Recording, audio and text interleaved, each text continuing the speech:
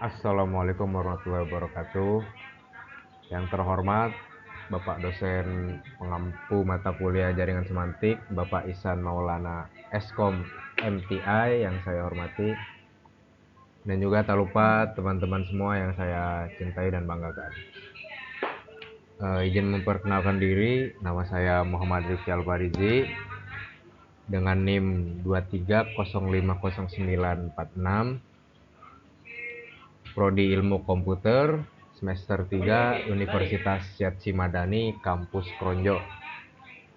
Di sini saya akan sedikit menjelaskan secara ringkas terkait 3 materi yang telah saya pahami dari 3 pertemuan yang sudah dilaksanakan, yang dimana di sini ada jaringan semantik, graf, dan ontologi. Ketiga konsep ini sangat penting dalam representasi pengetahuan dan data, dan juga dalam kecerdasan buatan dan teknologi informasi. Ketiga konsep ini menyediakan struktur dan kerangka kerja untuk memahami dan menghubungkan konsep-konsep dalam domain pengetahuan yang kompleks. Untuk definisi jaringan semantik sendiri, jaringan semantik adalah struktur yang merepresentasikan hubungan antar objek menggunakan node atau edge. Node sendiri merupakan representasi objek atau entitas, sementara edge adalah menggambarkan hubungan antar node.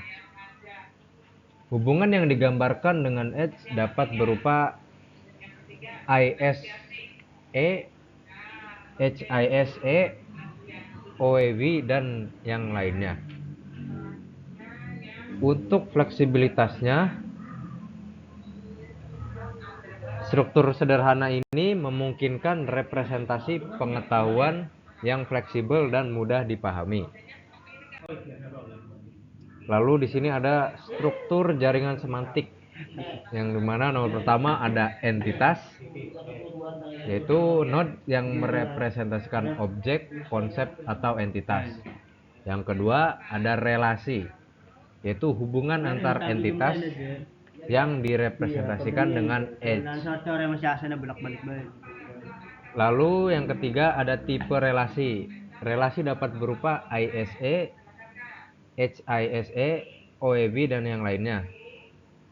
Struktur jaringan semantik terdiri dari entitas yang diwakili oleh node serta relasi antar entitas yang diwakili oleh nodes, serta relasi antar entitas yang diwakili oleh edge.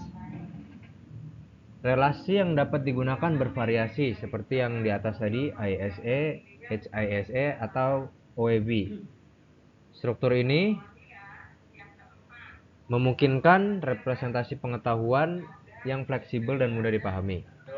Selanjutnya ada manfaat jaringan semantik. Manfaat pertama yaitu jaringan semantik memungkinkan representasi pengetahuan yang lebih fleksibel dan mudah dipahami dengan menghubungkan konsep-konsep melalui relasi yang bermakna. Lalu yang kedua ada kemudahan navigasi. Struktur jaringan semantik memudahkan navigasi dan eksplorasi pengetahuan dengan mengikuti hubungan antar entitas secara semantik. Yang ketiga, pemahaman kontekstual. Melalui relasi yang terhubung, jaringan semantik dapat menyediakan pemahaman kontekstual yang lebih kaya akan makna dan hubungan antar konsep. Yang terakhir ada inferensi dan penalaran. Jaringan semantik memungkinkan proses inferensi dan penalaran untuk menghasilkan pengetahuan baru berdasarkan relasi yang ada. Selanjutnya kita masuk ke definisi graf. Definisi graf yaitu graf adalah struktur data yang terdiri dari simpul dan edge atau garis penghubung. Graf digunakan dalam berbagai aplikasi seperti jaringan transportasi atau sistem koneksi. Lalu ada jenis-jenis graf. Di sini yang pertama ada undirected graph atau graf tak berarah. yang dimana graf tak berarah ini yaitu hubungan antara dua simpul yang bersifat dua arah. Lalu ada directed graph atau graf yang terarah. Yang ketiga ada weighted graph atau graf yang berbobot. Selanjutnya masalah dalam graf. Yang pertama ada shortest path atau jalur terpendek, yang dimana menemukan jalur terpendek antara dua node dalam graf. Lalu ada maximum flow, menentukan aliran maksimum antara dua node dalam graf. Dan yang ketiga traveling salesperson, menemukan rute terpendek yang akan dikunjungi oleh si penjual. Lalu penggunaan graf dalam kehidupan sehari-hari.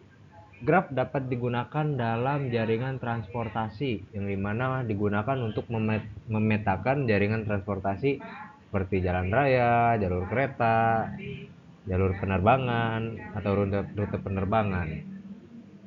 Lalu yang kedua, media sosial. Koneksi pertemanan di media sosial dapat digambarkan sebagai graf, di mana setiap pengguna menjadi node dan pertemanan sebagai edge. Lalu pengelolaan proyek. Dalam manajemen proyek, graf dapat digunakan untuk memetakan alur kerja, dependensi kerja, dan lintasan kritis. Yang terakhir, sistem rekomendasi. Algoritma graf dimanfaatkan dalam sistem rekomendasi seperti rekomendasi film, rekomendasi produk, konten, dan yang lain-lainnya. Lalu yang terakhir kita masuk ke materi ontologi dalam jaringan semantik. Ontologi sendiri adalah cara untuk mengorganisasi dan mendeskripsikan pengetahuan dalam suatu bidang. Ontologi dapat membantu menyusun hubungan antar konsep untuk mempermudah pemahaman. Ontologi merupakan komponen penting dalam jaringan semantik untuk merepresentasikan pengetahuan. Lalu ada manfaat ontologi. Ontologi dapat membantu mengorganisasi informasi secara terstruktur dan logis.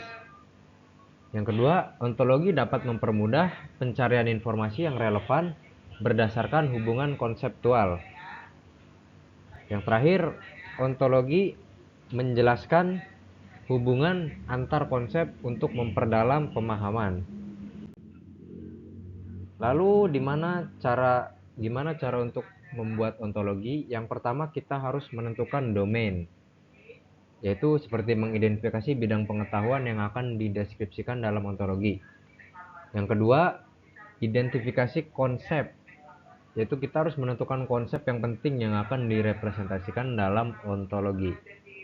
Dan yang terakhir, mendefinisikan relasi.